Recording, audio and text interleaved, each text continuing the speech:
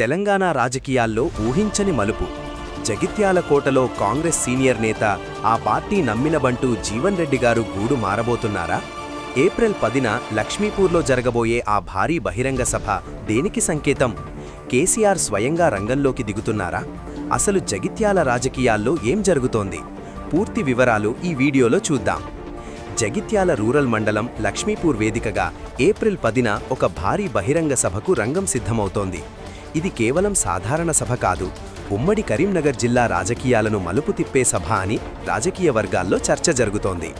ఈ సభకు గులాబీ బాస్, మాజీ సీఎం కేసీఆర్ గారు హాజరయ్యే అవకాశాలు మెండుగా ఉన్నాయి. ఇప్పటికే కేటీఆర్, హరీష్ రావు గారు సభాస్థలాన్ని సందర్శించి ఏర్పాట్లను పర్యవేక్షించనున్నారని సమాచారం. దశాబ్దాల కాలంగా కాంగ్రెస్ పార్టీలో అగ్రనేతగా ఉన్న జీవన్ రెడ్డి గారు ఎందుకు పార్టీ మారుతున్నారు?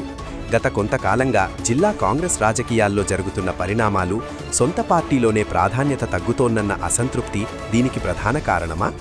బీఆర్ఎస్ పార్టీ జీవన్ రెడ్డి గారికి జగిత్యాల అసెంబ్లీ ఇన్ఛార్జ్ బాధ్యతలు అప్పగించే ఆలోచనలో ఉన్నట్లు తెలుస్తోంది. అంటే వచ్చే ఎన్నికల్లో లేదా భవిష్యత్తులో జగిత్యాల బాధ్యత మొత్తం ఆయన భుజస్కంధాలపైనే ఉంటుందన్నమాట. ఒకవేళ జీవన్ రెడ్డి గారు కారు ఎక్కితే కాంగ్రెస్కు అది కోలుకోలేని దెబ్బే అవుతుంది. జగిత్యాలలో ఆయనకున్న కేడర్, పట్టు అంతా ఇప్పుడు బీఆర్ఎస్కు ప్లస్ పాయింట్ కానుంది.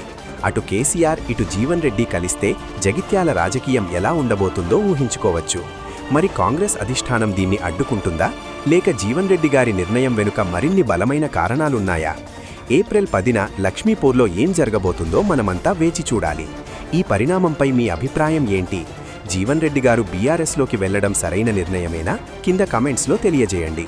మరిన్ని పొలిటికల్ అప్డేట్స్ కోసం చూస్తూనే ఉండండి కొలుగురి 24/7 news TV. Hi friends, thank you for watching this video. ఈ వీడియో గనుక మీకు నచ్చినట్లయితే దయచేసి లైక్ చేయండి, షేర్ చేయండి. ముఖ్యంగా మా ఛానల్ 24/7 న్యూస్ టీవీని సబ్స్క్రైబ్ చేసుకోండి. ఆ తర్వాత మీ విలువైన అభిప్రాయాల్ని, మార్పులు, చేర్పులు, కావాల్సిన వీడియో ఏమన్నా ఉంటే మన వీడియో కింద కామెంట్ సెక్షన్లో కామెంట్ రూపంలో తెలియజేయండి. నమస్కారం, సాయిదంచిక మాట్లాడుతున్నాను. ప్లీజ్ సబ్స్క్రైబ్, షేర్, లైక్ చేయండి 24/7 టీవీ ఛానల్. హాయ్ నమస్తే, నేను మీ Sonia Akula. Please subscribe to 24/7 news TV. Hi అండి, అందరికీ నమస్తే. నేను Mankota Prasad. Please do subscribe 24/7 news TV. Political, entertainment and infotainment updates కోసం like, share, subscribe 24/7 news TV.